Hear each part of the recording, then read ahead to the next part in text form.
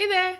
In today's video, I wanted to share with you the top 7 mistakes that I see new coaches and freelancers make on their website so that you can avoid making them. If you're new here, hi, I'm Louise of solopreneurs.sidekick.com, where I've helped hundreds of entrepreneurs create their dream website. If you're new here, subscribe for easy tech tutorials that help you own your online presence.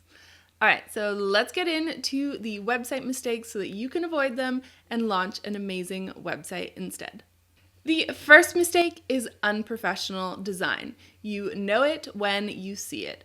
Poor color combos, messy layouts, and an overall unprofessional look. You really have to up your game when it comes to your visuals because people are going to judge how professional your business is based upon how professional your website is. If you're not a designer, invest in learning from a pro and have them look it over before you ever hit that launch button. Hint, I do this for all students inside my course, Website That Wows.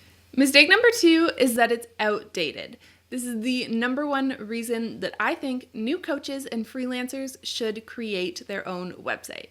You need to keep your website up to date with fresh content, your most recent services, new photos, and more. The worst is when you go to someone's website and you see a promotion for an event or launch that has already passed. It's for this reason that I recommend the website builder Squarespace because you can take the power into your own hands and edit and update your website whenever you want. Mistake number 3 is no funnel. This is the number one secret to a successful website. 98% of visitors are not going to buy from you on the first visit. So it is essential that you have a funnel running in the background that takes a visitor to a buyer after they have left your website. Bonus of this method, this means that the client pitching is done for you. So if you're feeling a bit uneasy about pitching yourself, this is a great hack. Double bonus, this does not need to be complicated and have a ton of steps. I recommend that you start with a follow-up email sequence that invites people to book a discovery call with you, and you can even automate the scheduling as well. Mistake number 4 is an uninspired sign-up form. You know how we just talked about funnels? Well, step number 1 is getting them on your email list. Time and time again, I see new coaches and freelancers saying, sign up for my newsletter. But with inboxes exploding, adding a newsletter from a company that I've just discovered is not the most appealing offer. I recommend that you design an amazing piece of content that you can give away completely free that will impress potential clients and move them closer to working with you. Give this away in exchange for an email address to get them inside your funnel. Mistake number 5 is no expert proof. You need to imagine that a new visitor knows absolutely nothing about you. So you have to prove that you know what you're talking about and that you are the right person for the job. This can be testimonials, case studies, portfolio samples, logos of anywhere that you've been featured, photos of any speaking gigs or workshops that you've hosted, free content, and more. As long as it's something that proves your expert status, you're good to go. Mistake number 6 is that it's not immediately clear who they are talking to. You need to call out your niche right away, and it can't be too broad. I know, I hated this topic when I first started as well, but there's no denying its importance. If you go too broad with your niche, your website copy isn't going to connect with anyone, and that is a huge problem. I know that you could absolutely help a ton of different people with your work.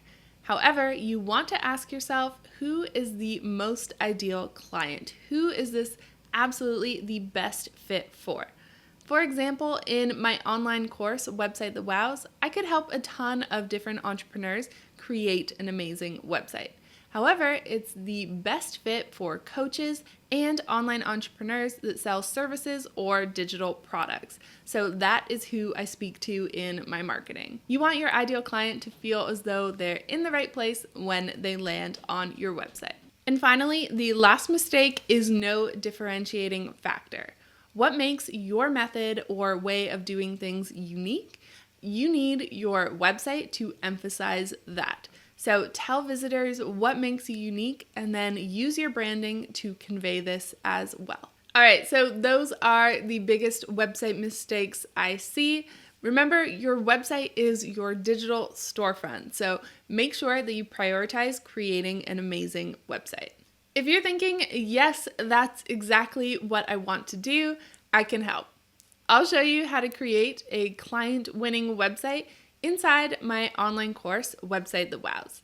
And you know how we talked about differentiating factor? What makes my course different is that I've made it as quick and easy as possible so that you can do it no matter what your tech skills are.